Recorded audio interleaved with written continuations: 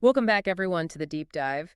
Today, we're rewinding the clock a bit, taking you back to January 28th, 2025. Oh, I remember that day. Yeah, it felt like the entire year's worth of AI news got crammed into just 24 hours. It really was a whirlwind. Every time you refresh the news, there was another major AI development being announced. And that's exactly what we're diving into today. We've got a mountain of articles, reports, early analyses, all trying to make sense of what went down on that day. Right, because it wasn't just about the individual announcements, it was the overall feeling, like something fundamental had shifted in the world of AI. Exactly. So beyond the hype, what did it all really mean? Are we seeing a real change in who gets to use AI? Yeah. How is this technology reshaping the power dynamics in the tech world?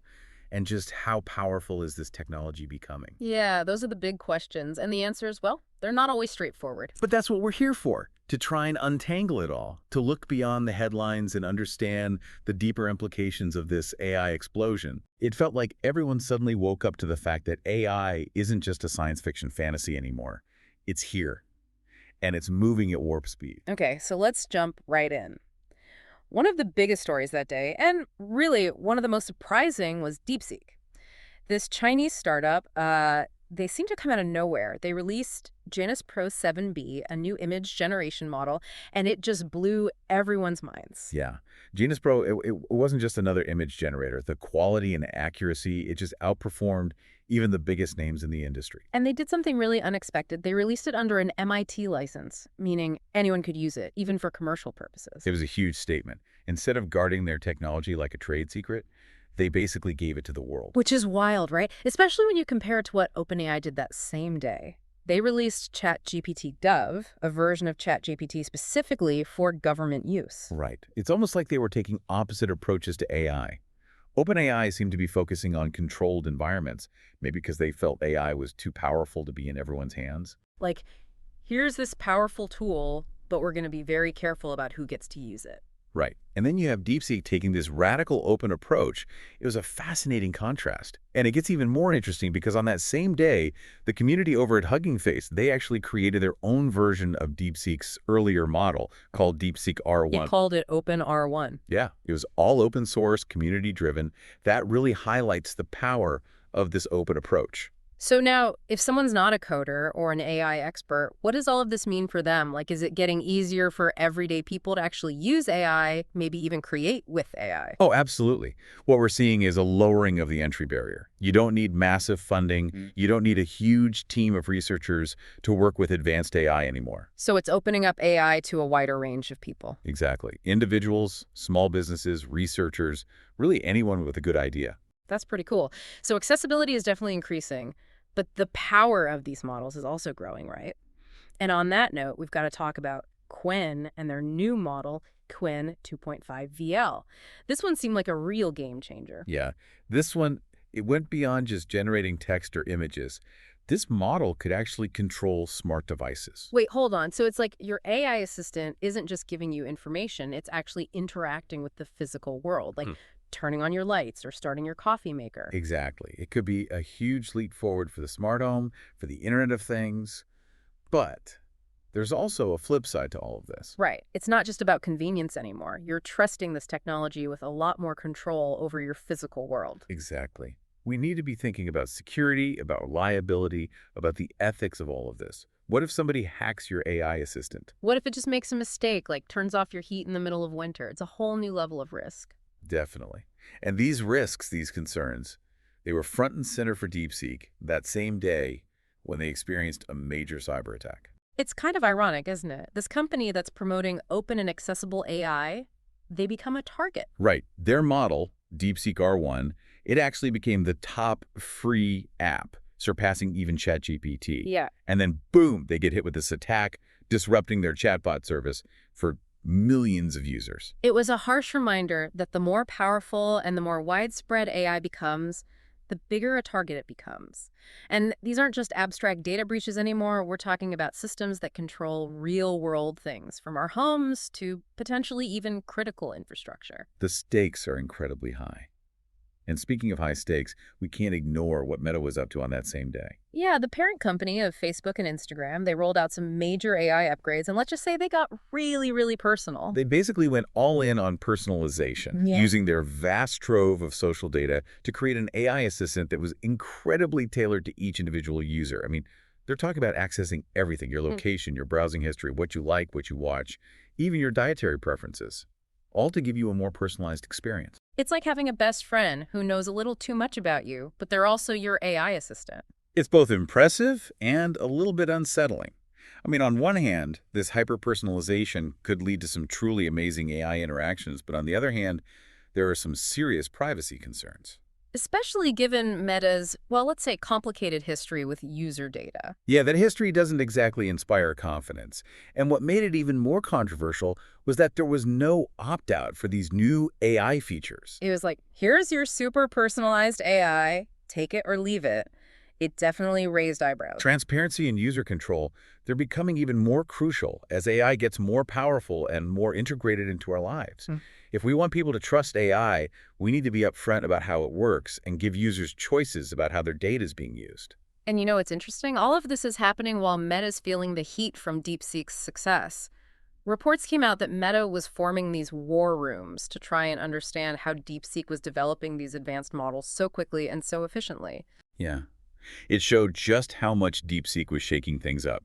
They challenged this idea that you needed massive resources, tons of funding to make a real impact in AI. Their agility and innovation were turning heads, even at the biggest companies.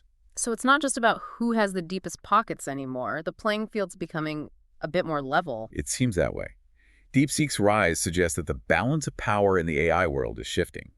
Innovation can come from anywhere, and the old rules, they might not apply anymore. And that's just the beginning.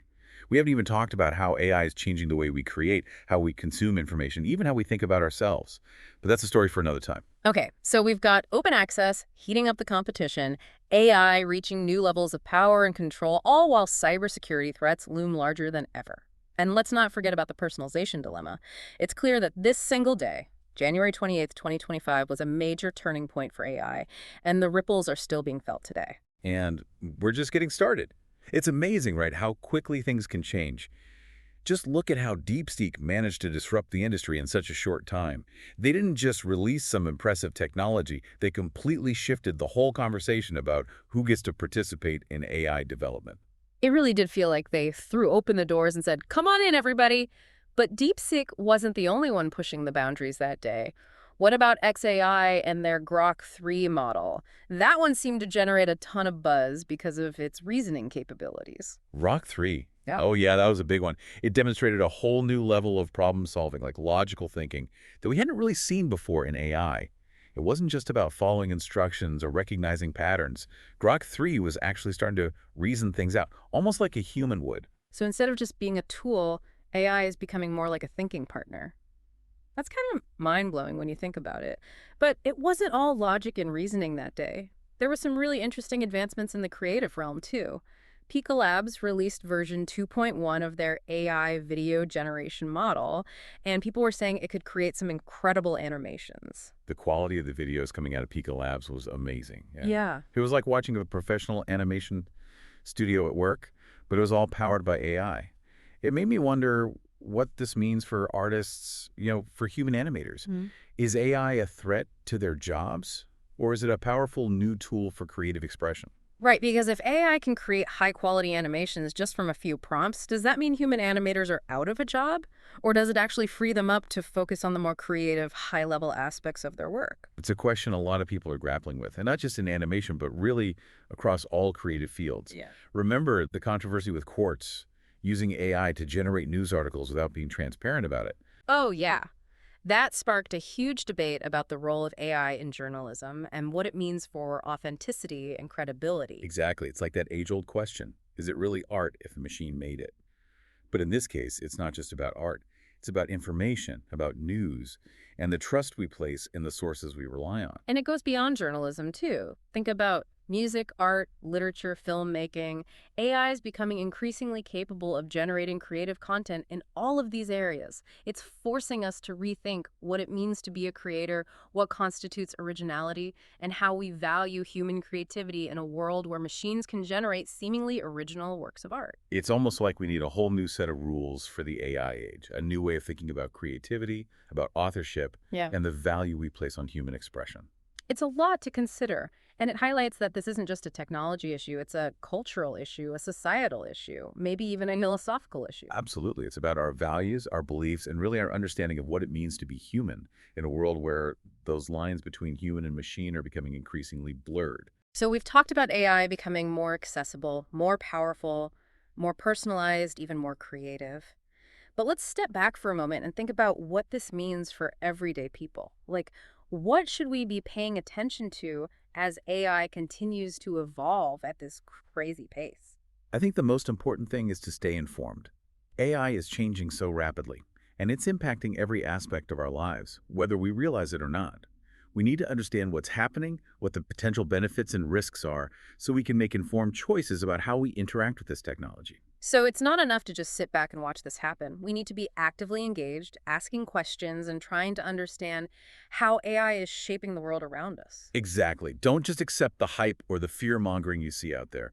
Dig deeper, explore different perspectives, and form your own opinions based on evidence and critical thinking. Because ultimately, this isn't just about technology, it's about how we choose to use it, how we integrate it into our lives, and how we shape its development to ensure it benefits humanity as a whole. Right. That's the key, absolutely. We need to be active participants in this conversation, not just passive observers. The future of AI is something we're all creating together. So, how can people become more than just observers? Like, what are some practical steps they can take to actually get involved and make a difference? One great way to start is by simply exploring the AI tools that are becoming more and more accessible. There are tons of free and low-cost apps and platforms out there you can experiment with. See how they work, understand their capabilities, and think about how they might be used to solve problems or create new opportunities in your own field of interest. It's like getting your hands dirty, playing around with AI to see what it can do. It's about demystifying it and realizing that it's not just this magical black box that only a few people understand. It's a tool that anyone can use. And the more people who engage with AI, the better. It helps break down those barriers of fear and misunderstanding, and it allows more voices to contribute to the conversation about how AI should be developed and used. So we should be encouraging people to experiment with AI, to learn about it, to ask questions, and to share their experiences and insights. It's about creating a more informed and engaged public, right? Exactly. And it's not just about individual engagement either. We need to be having these conversations at a societal level as well. Talk to your friends and family, reach out to your elected officials, participate in online forums and communities. The more we discuss these issues, the better equipped we'll be to navigate the challenges and opportunities of the AI age. It's like we need a collective awakening to the power and potential of AI, but also to the risks and ethical considerations that come with it. We need to be having those tough conversations about privacy, security, bias, and the impact of AI on our jobs, our relationships, even our very understanding of what it means to be human. It's a lot to process, Yeah. but it's essential that we engage with these issues head on. The future of AI is not predetermined. It's something we're all actively shaping with every choice we make, every question we ask, and every action we take. Okay, so we've talked about the need for individual and societal engagement, but what about the companies and organizations that are actually developing AI? What role do they play in ensuring that AI is developed and used responsibly? That's a crucial question, yeah. We need companies to prioritize transparency, accountability, and ethical considerations in their AI development practices. It's not enough to just focus on profits and technological advancements. They need to be thinking about the broader societal impact of their work. So it's not just about building cool tech, it's about building tech that serves humanity and aligns with our values. It's about recognizing that with great power comes great responsibility, right? And that responsibility extends beyond just the developers. Governments and regulatory bodies need to step up and create clear guidelines and frameworks for the ethical development and use of AI. We need policies that protect privacy, promote fairness, and ensure that AI is used for good, not for harm. It's like we need a whole new set of rules for the AI age, rules that ensure this technology is used in a way that benefits everyone, not just a select few. Exactly. And those rules need to be developed collaboratively, involving experts from various fields, including technology, ethics, law, social sciences. It's a complex challenge, but it's one we need to address urgently. So it's not just about the technology itself, it's about the governance structures, the ethical frameworks, and the societal values that guide its development and use. It's about ensuring that AI serves humanity, not the other way around. It's about recognizing that AI is a tool, and like any tool, it can be used for good or for ill. It's up to us collectively to decide how we want to wield this power and what kind of future we want to create. With all the advancements we've seen and the challenges we've discussed, what's next for AI? What can we expect to see in the years to come? Well, that's the exciting part.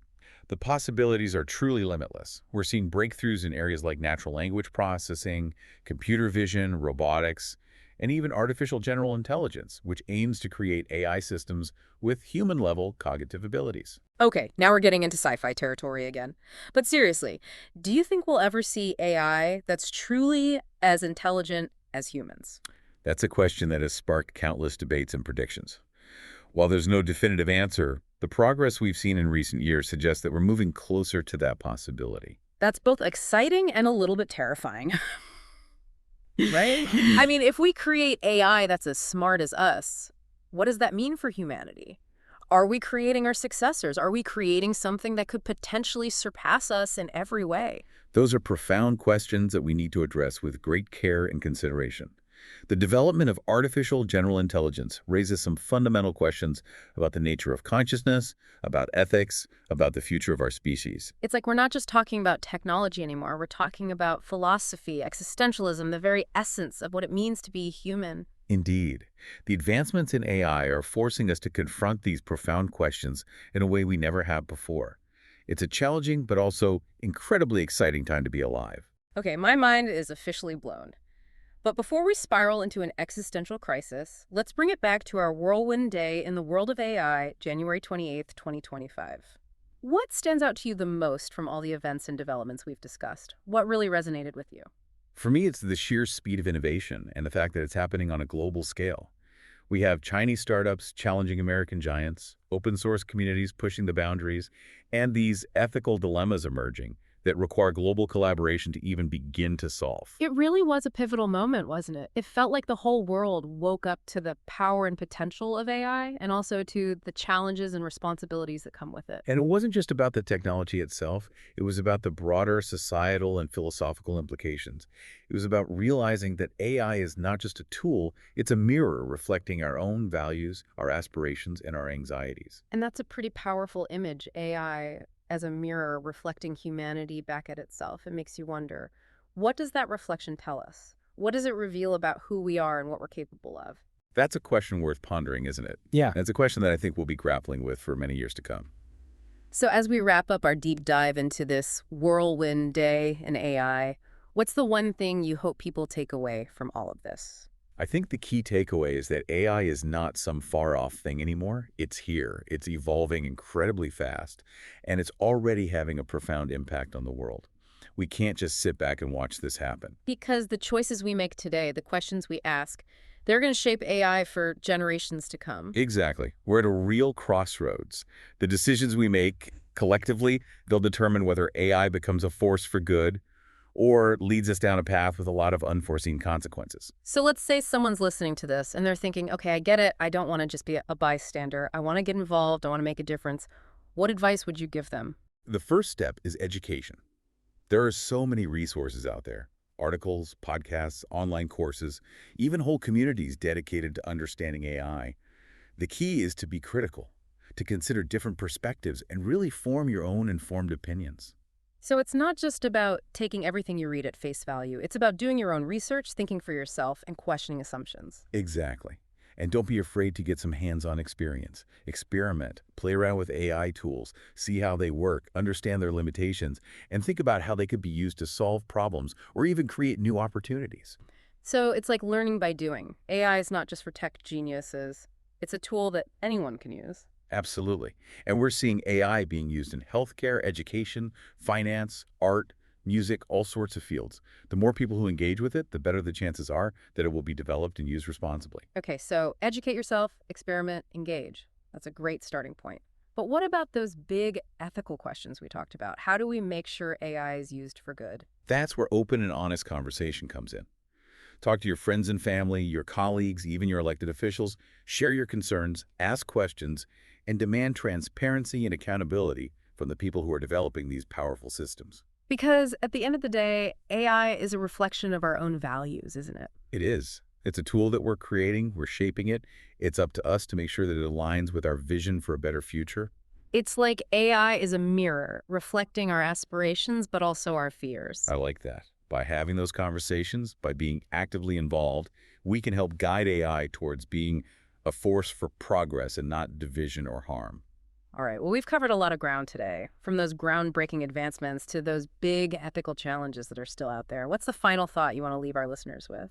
I would say this. The future of AI is not set in stone. It's a story that we're writing right now. Together, with every choice we make, every question we ask, let's choose wisely, let's act responsibly, and work together to make sure that AI becomes a force for good in the world. That's a powerful message. Thanks for joining us on this deep dive. And to all our listeners, until next time, keep exploring, keep questioning, and keep the conversation about AI alive.